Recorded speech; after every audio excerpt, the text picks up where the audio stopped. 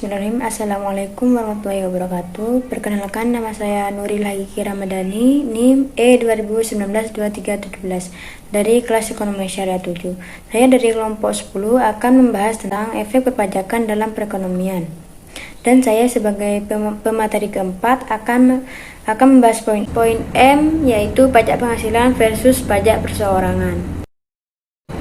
Pajak penghasilan versus pajak perseorangan. Untuk memperoleh dana guna membiayai aktivitasnya, pemerintah mempunyai berbagai sumber pajak. Yang menjadi persoalan untuk memperoleh sumber dana tertentu, pajak manakah yang sebenarnya dipilih? Pajak perseorangan atau pajak penghasilan? Di sini kita harus mengadakan perbandingan antara pajak lamsam dan pajak penghasilan yang menghasilkan pendapatan pemerintah dalam jumlah yang sama.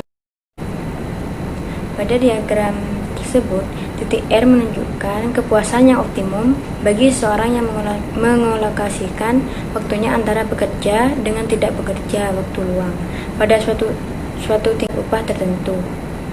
Pajak penghasilan dengan tarif proporsional menyebabkan orang tersebut berada di titik F, yaitu jam kerja sebanyak dj jam yang memberikan kepuasan yang optimum.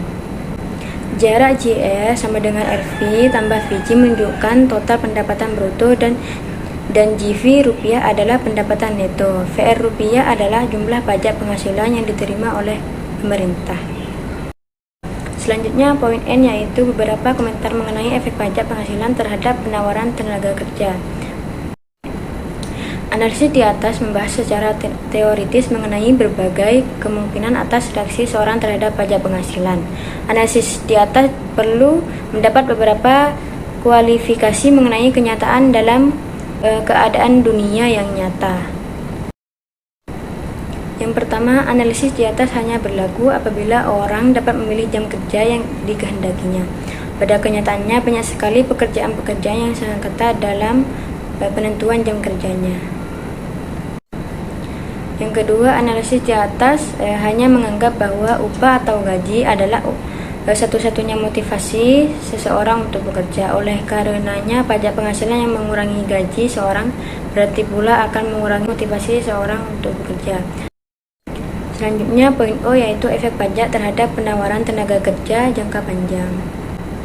Dalam jangka panjang, penawaran tenaga kerja terutama ditentukan oleh tingkat pertumbuhan penduduk. Secara teoritis, pajak penghasilan dapat mempengaruhi tingkat pertumbuhan penduduk, seperti misalnya berbagai pengurangan yang diperkenankan dalam perhitungan pajak penghasilan. Selanjutnya, poin P, yaitu efek pajak terhadap investasi. Pajak penghasilan juga mempunyai pengaruh terhadap investasi, oleh karena pajak tersebut mengurangi hasil investasi yang dilaksanakan. Dalam analisis ini, kita akan membicarakan mengenai pengaruh pajak penghasilan yang mempengaruhi tingkat pengembalian modal neto suatu investasi.